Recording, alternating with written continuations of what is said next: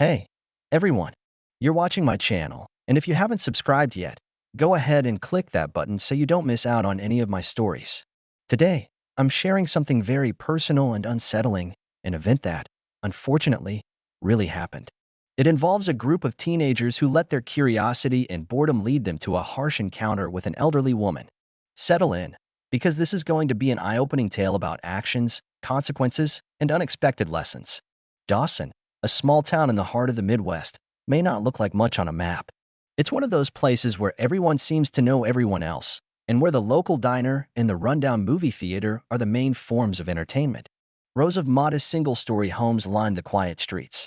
A few years back, the town tried to modernize by constructing a new playground, but a lack of funding left it half-finished. In short, there isn't a whole lot going on. In a cozy little bungalow near an overgrown baseball field lived Mrs. Parker, a widow in her early 70s who had once been the school librarian.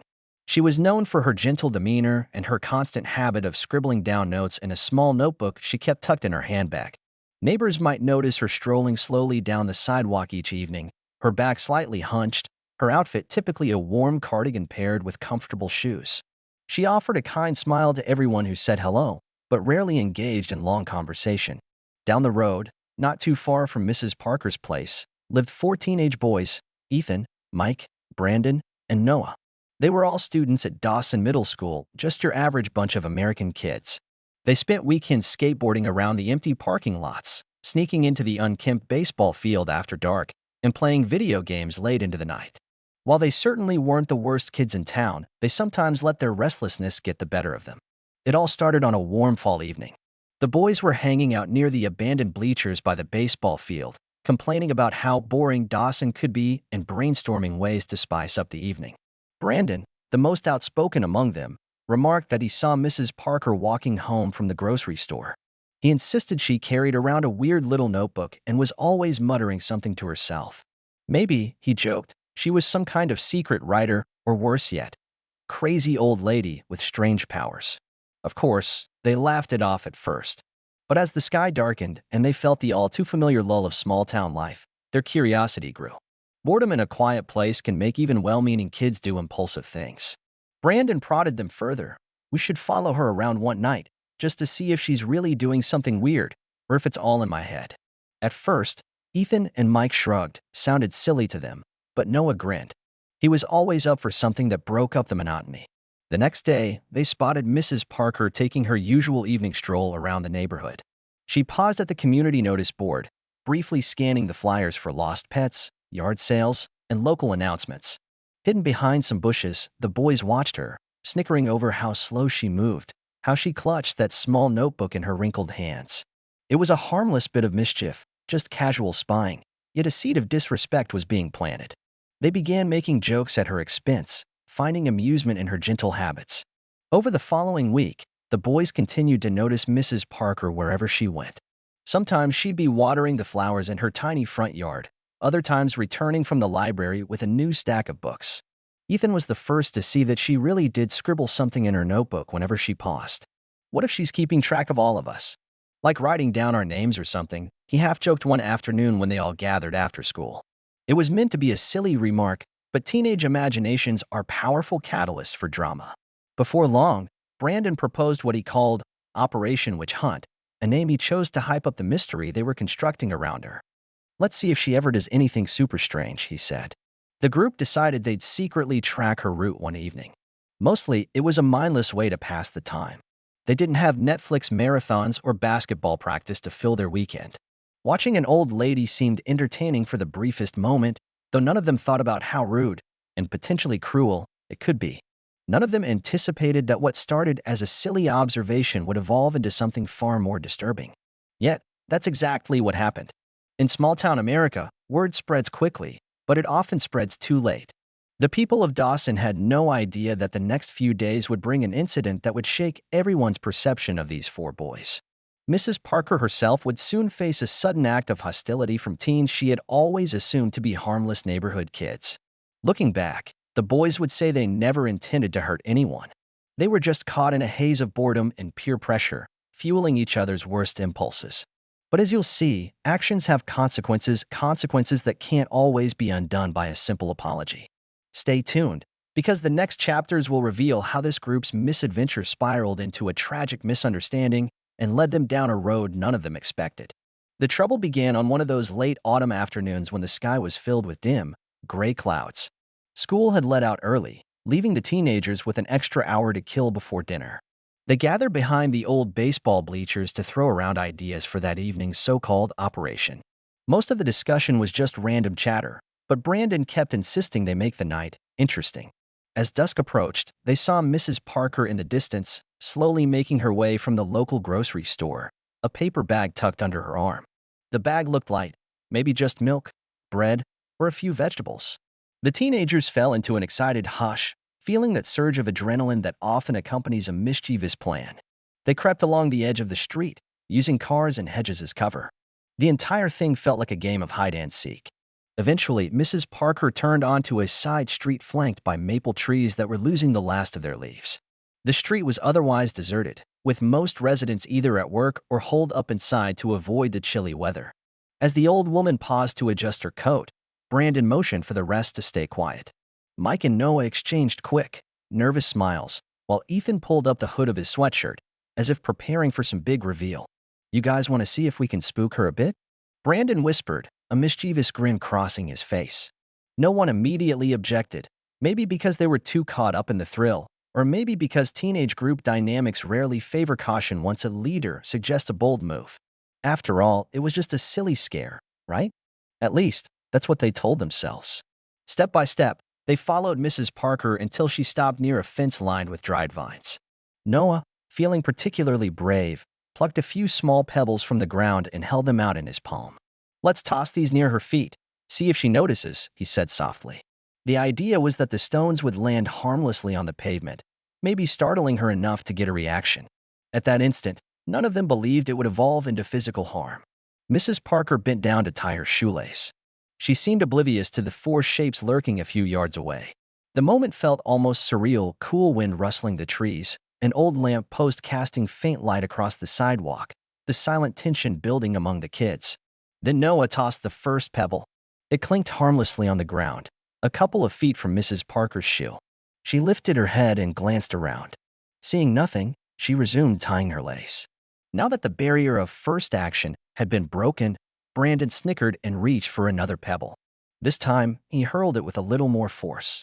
It bounced on the concrete and landed closer to her ankle. She gasped and stood upright, looking genuinely startled.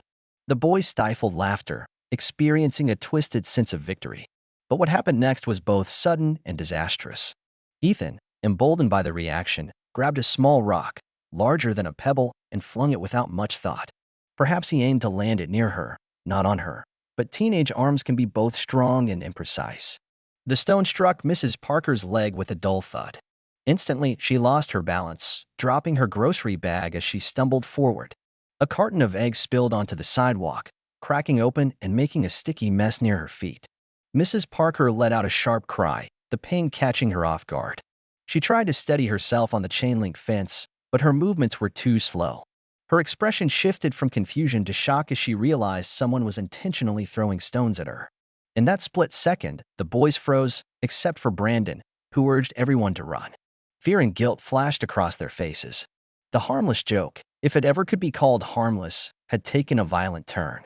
They watched Mrs. Parker clutch her leg in pain, a look of fear clouding her eyes. The panic set in, and none of them had the courage or presence of mind to offer help. Instead, they turned and sprinted back down the street, their hearts pounding as if they were escaping some terrible monster. But the real horror was the realization that they'd just hurt a defenseless woman who had done nothing to provoke them. As they finally stopped to catch their breath behind a row of trash bins, the gravity of what happened started to sink in. "Dude, what did we just do?" Ethan asked, looking at the others for some sign that it might not have been that bad. Noah avoided eye contact, wiping sweat from his forehead. Mike stared at the ground, clearly rattled. Brandon tried to shrug it off. "We just need to lay low," he muttered, though even he couldn't hide the tremor in his voice. Mrs. Parker, meanwhile, was left alone to gather herself. She held onto the fence and slowly straightened up, her leg throbbing and her groceries ruined. Her eyes swept the area, but the boys were already gone. She had always believed these local teens were more or less decent kids. Now she felt betrayed and confused, uncertain why they would target her. A sting of humiliation accompanied her physical pain as she leaned on the fence, her mind cycling through questions. What did I do to them? Why would they do this to me? No one else was around to see the immediate aftermath. The evening was quiet, with only the rustling leaves and the distant hum of a passing car. Mrs. Parker limped home, her heart heavier than it had been in years. For her, it was not just a bruise on her leg. It was a jarring reminder of how callous human beings can be, even those you think you know. The teenagers, in their rush to distance themselves from the incident, had no idea how severe the situation really was. They didn't realize that an injury to Mrs. Parker's frail body could have lasting repercussions. Nor did they foresee the emotional turmoil that was about to flood their own lives. Their fear-fueled flight led them to believe they could simply pretend it never happened. But secrets don't keep well in small towns like Dawson, and soon the repercussions of this act would start to unravel, forcing them all to confront what they had done. The weight of their actions began to press down on the boys almost immediately. That night, Ethan lay in bed with the covers pulled up to his chin, unable to shake the echo of Mrs. Parker's pain cry. He kept imagining her haunted expression, replaying the scene over and over in his mind. Every time he closed his eyes, guilt gnawed at him like a relentless pest. Across town, in their own rooms, Mike, Brandon, and Noah experienced similar torment, though none of them dared to talk about it, at least not yet. The morning after the incident, rumors began to trickle through the neighborhood. Dawson was the kind of place where even the smallest events could spark endless gossip. A local dog walker found broken eggs on the sidewalk and a few scattered groceries. He mentioned it to a neighbor, who passed it on to the mail carrier. By lunchtime, some folks had already pieced together that Mrs. Parker had returned home with a noticeable limp. Word traveled to the local diner, where a middle-aged waitress exclaimed, "Those poor boys must have lost their way, or maybe someone else is responsible," indicating that nobody quite knew who was behind it yet. Meanwhile, Mrs. Parker had spent a sleepless night, her leg bruised and her spirit shaken. She considered calling the police but hesitated, worried she would be dismissed or told she was overreacting. At her age, she had a deep-rooted reluctance to bother authorities, especially if she wasn't certain who had thrown the stone. But her friend, Ms. Diaz, an outspoken woman of about 60 who lived a few blocks away, insisted that they report the incident. Ms. Diaz had seen enough wrongdoing in her life to know that staying silent rarely solved anything. The tension grew at Dawson Middle School, where the four teenagers did their best to maintain a facade of normalcy. Their classmates gossiped about a rumored attack on an elderly resident, but no one suspected them right away. In the tight-knit hallways, Brandon tried to laugh it off with jokes about weird rumors, but none of his group found it particularly funny. Noah was especially quiet, and Mike kept looking around nervously whenever the conversation inched too close to their secret. Within days, Mrs. Parker decided to approach the local sheriff's office. Though she remained unsure of the boys' names, she had a decent idea of their appearance. One had a red hoodie, another wore a baseball cap backward, and so on. The sheriff's deputy who took her statement listened sympathetically, noting her bruised leg and the torn paper bag she had brought as evidence. He assured her that they'd do some asking around. With so few kids in the area matching the description, it wouldn't be too hard to figure out who was involved. Sure enough, within the week, the deputy made his way to the middle school. A brief conversation with the principal, Ms. Porter, led to a short list of possible suspects, students who often lingered around the baseball field after hours. The principal herself had, on more than one occasion, told Brandon to stay out of trouble, and she noticed that Ethan and Mike had been missing a few assignments lately, possibly indicating general unrest in their lives. It didn't take long for Ms. Diaz, the neighbor, to corroborate that she'd occasionally seen those four boys skulking around near Mrs. Parker Street. The deputy began to build a clearer picture, and it all pointed toward the same group of kids who had supposedly been spooking the old lady for a laugh.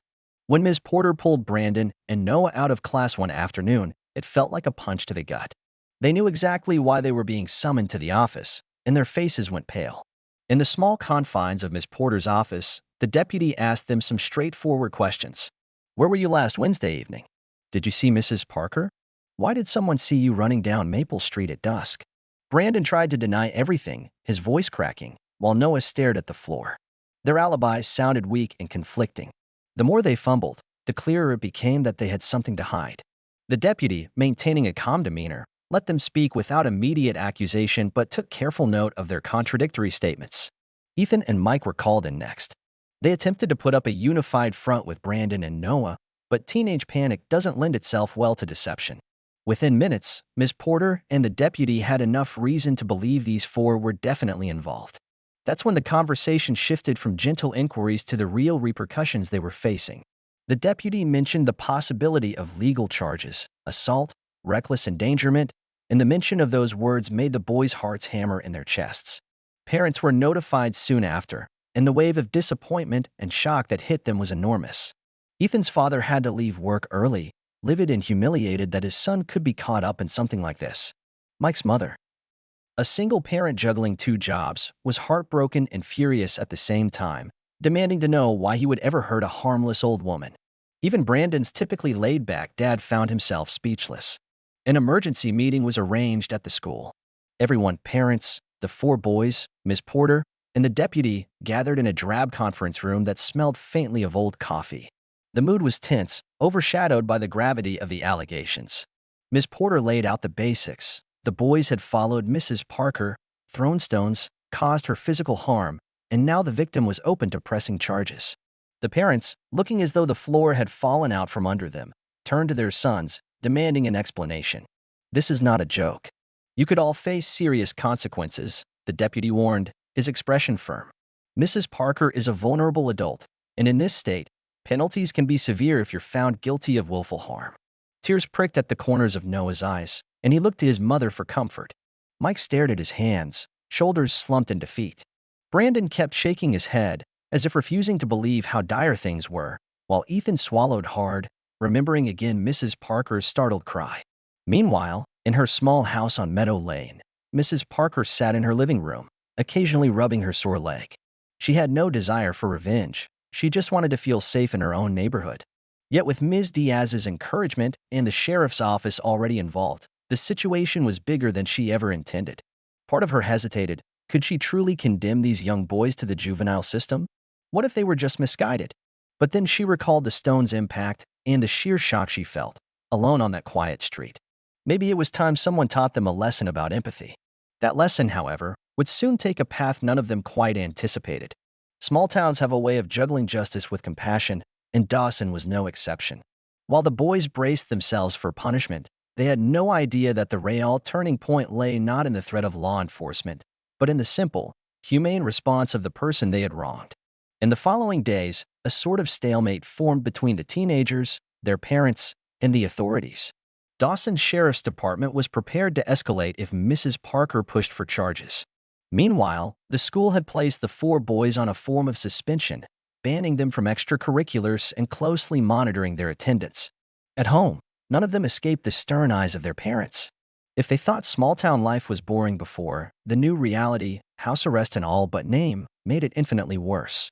Conversations around family dinner tables turned tense and accusatory. Ethan's father demanded honesty, refusing to accept any half-baked excuses.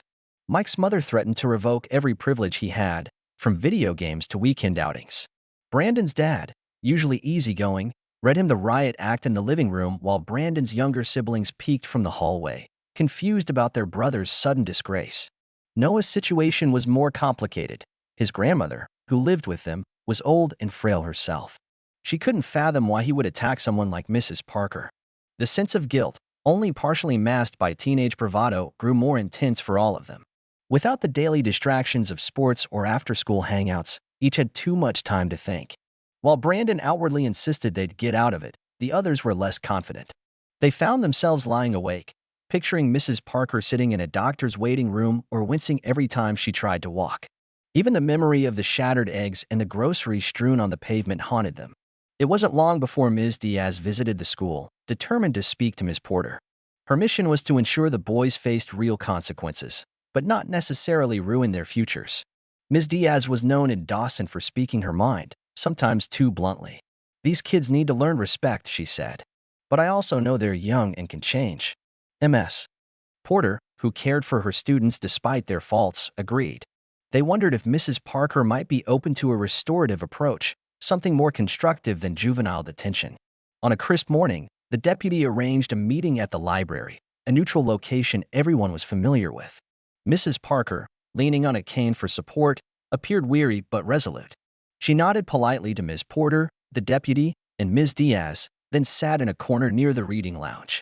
The plan was for the four boys to come in with their parents, one set at a time, so each could speak openly. It felt uncomfortably formal, like a hearing without the courtroom. Noah was the first to step into the library alongside his mother. He had never felt such a swirl of shame and regret. When he saw Mrs. Parker, the bruise on her leg still visible, his stomach flipped. He couldn't maintain eye contact, mumbling something resembling an apology. Mrs. Parker looked at him for a few moments, her own eyes revealing a mixture of sadness and disappointment. She didn't lash out or raise her voice. Instead, she asked softly, "Why me? What did I ever do to you?" Noah had no coherent answer. Mike, Ethan, and Brandon came in next with their own parents, each wearing the same defeated look. In the hush of the library, it became clear that the boys weren't hardened delinquents. They were clueless teenagers who'd made a terrible choice. Mrs. Parker listened to them stammer out apologies, tears glistening in the corners of some of their eyes. The tension in the room was thick as everyone waited for her response. At last, she inhaled deeply and said, "I could press charges. Believe me, I've considered it. But before I decide anything, I want you all to understand something. You hurt me, both physically and emotionally. I'm afraid to walk alone now. When I go out, I wonder if someone else might target me." Her voice quivered slightly. "I've always tried to be kind to everyone in this town. I spent decades helping students at the school library. And now, 4 of them attacked me." A long silence stretched across the library as each boy wrestled with his guilt. The parents shifted uncomfortably, unsure how to respond. Then Ms. Diaz cleared her throat. "We've been talking about a possible solution, something that helps Mrs. Parker while teaching you all a lesson about compassion and responsibility," she explained. The deputy nodded, adding that if the teens and their parents agreed, they could potentially avoid a formal criminal charge. Mrs. Parker hesitated, searching the faces of the boys. "If you want me to forgive you, it's going to take more than words," she finally said. "You can start by making amends in a tangible way. There's a lot I need help with around my house, cleaning leaves, fixing my fence, carrying groceries. You do that consistently for the next few months, and I might consider dropping any legal action." The boys looked at one another, uncertain yet cautiously hopeful. Brandon's dad immediately jumped at the offer, agreeing that community service might be the best resolution. Mike's mother echoed the sentiment. Ethan's father and Noah's mother also nodded, recognizing this was likely their best shot at keeping their sons out of deeper trouble. Before anyone left, Mrs. Parker added a personal note. "I want you to spend time with me in my home once a week, or help me in the yard. No skipping out or half-hearted efforts. The moment I see you're not taking it seriously, I'll speak to the sheriff again." Her tone was calm but firm. It was an ultimatum rooted in genuine concern for her own safety, yes, but also for the boys' character.